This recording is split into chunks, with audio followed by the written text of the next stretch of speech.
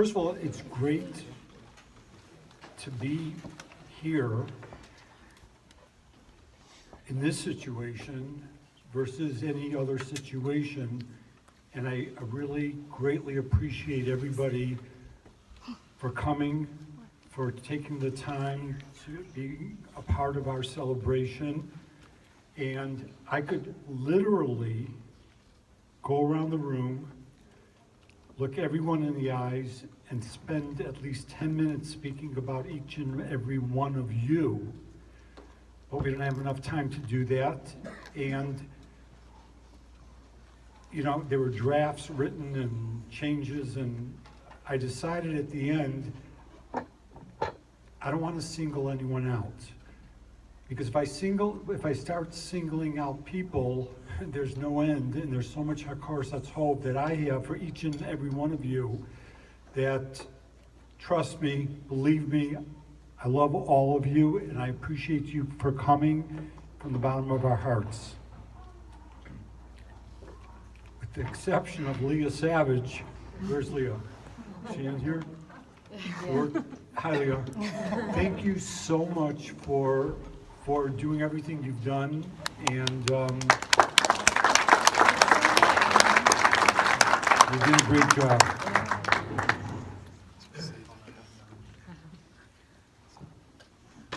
The journey that my family has been on for the last 5 years has been something that I hope nobody ever experiences. And unfortunately, being realistic, it's inevitable in family situations that things happen.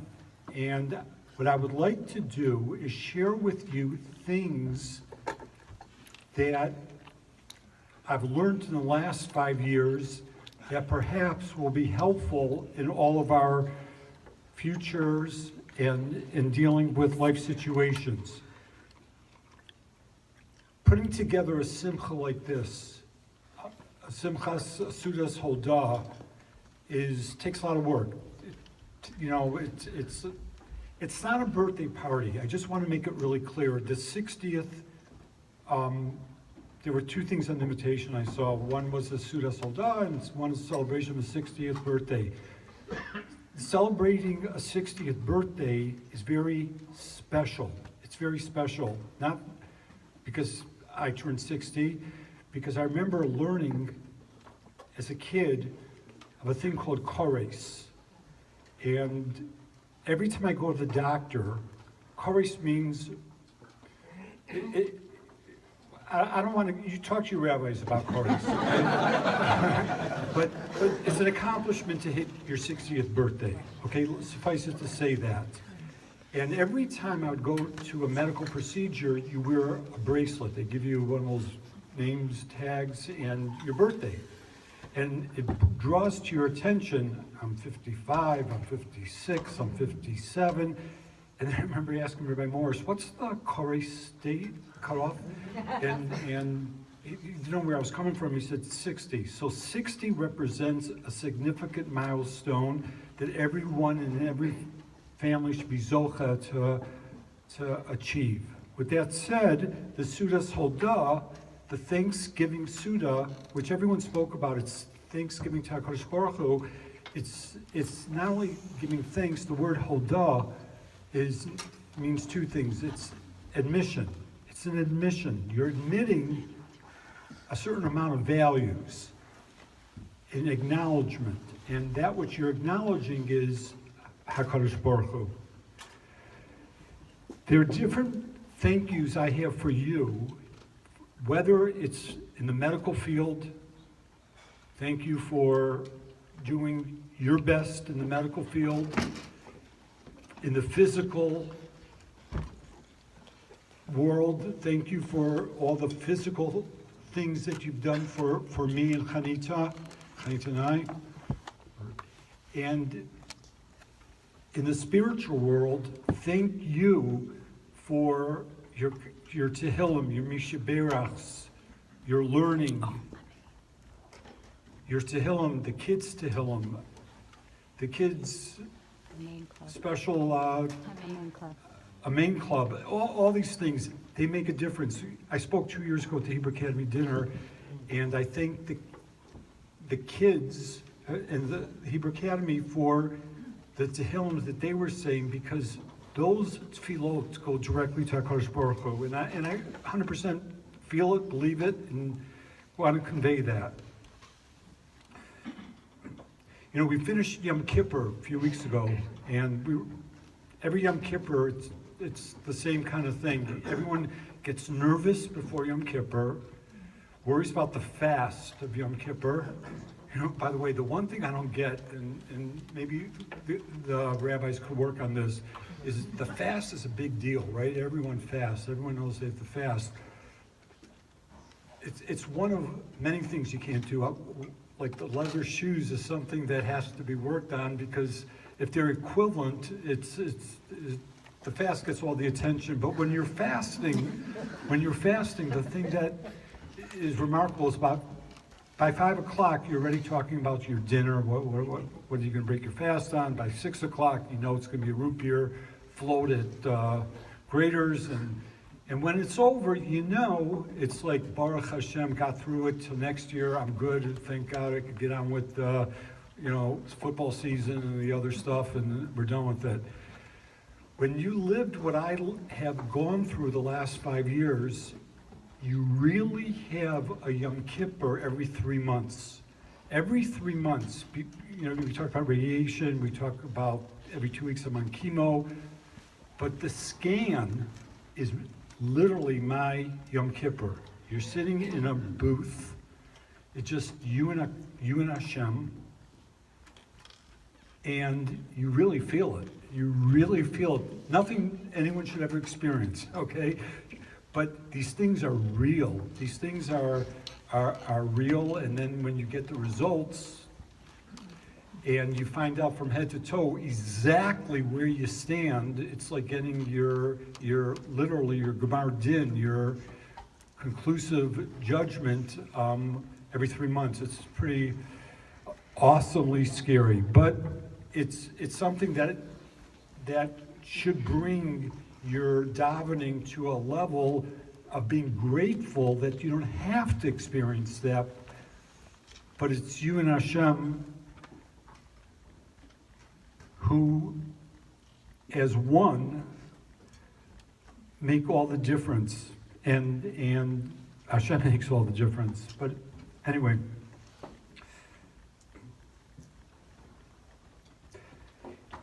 five years ago when I got diagnosed, Chaimta told you the story. I'm not going to repeat the story of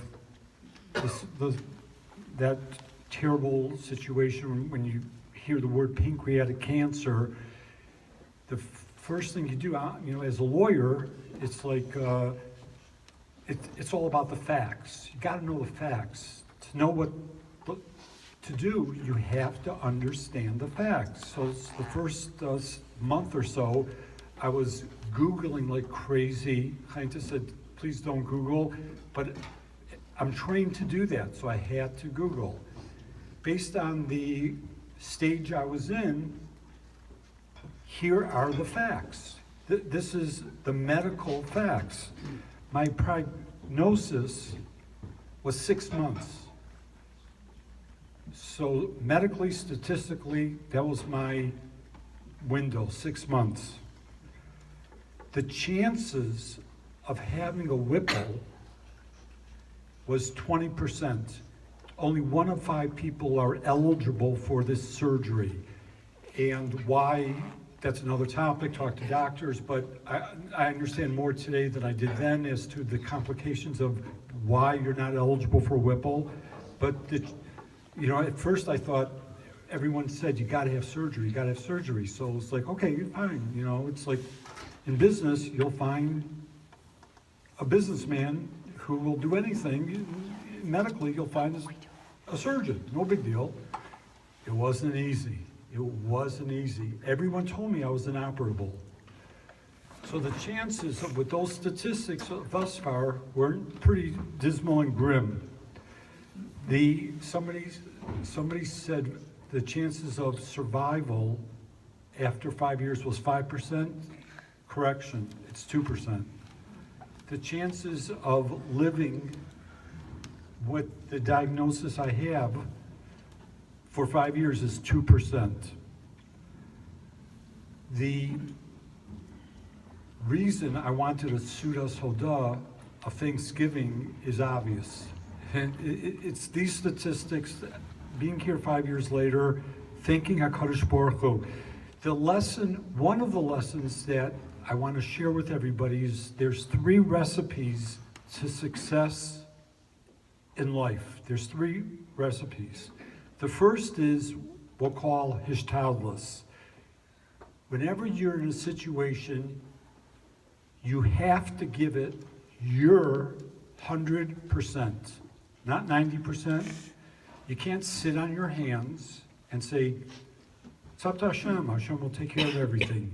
You have to do your part. That's lesson number 1. Lesson number 2 is then understand that Hakol bidei Shemayim. It's all in God's hands. As long as you're doing your hishtadlus, understand and recognize and acknowledge that it's all gonna be or not be based upon HaKadosh Baruch Hu. And HaKadosh Baruch Hu is, back up one moment. When we met with Rabbi Binyamin Eisenberger, and Tuli alluded to this, I believe it was Tuli, yeah, that we went to see him. He said a lot of things, and one of the things that he said is, you don't have to be worried because tomorrow is your Akedah. You're going up, you're in God's hands, you have nothing to worry about. HaKadosh Baruch Hu is Avinu Malkeinu. If you ask your father for something that's good, not good, and whatever is your father is going to want is going to be, and you could trust your father, whether you get it or not, you could 100% understand everything's Latova. It's for good, given to you by Kadosh Baruch Hu, who is our Father. The third thing, and this was a point that Rabbi Eisenberger mentioned a few times to us, is miracles do happen. Miracles happen every day. It's not just miracles in the Torah. It's not just miracles in the 6-day war. It's not just those few miracles you've heard about, whatever. Miracles happen. And Rabbi Eisenberger said, your job is to convey the fact that miracles happen. I don't know if I'm a good conveyor of that fact, but I do believe, and I do want to convey that miracles, nisim, in fact, do occur based on those examples I cited with those statistics. Taking it to a different point, I ran in Israel, I got brachot from amazing gedolim, names I don't want to get into and things that whatever, we'll leave it that alone. One of the holy person that I saw in Israel, I went up to him and, you have your meeting and you don't really know what to say and what to ask for. So I said, what do I have to do different to get a kapora? What do I have to do different? And you're kind of thinking they're going to say, or hoping they're going to say, check your tefillin, check your mezuzahs, something like kind of easy to do, So he looked at me in the eyes and said, Meir Yitzchak, you better than anyone knows what you need to do, where you're weak, where you have to improve upon. And how true that is. We all know what our weaknesses are, and those are the areas that we all have to improve on. That really made a lasting impression on me, and he was right. Like within a minute, I did the analysis, and there were a lot to work on and improve on.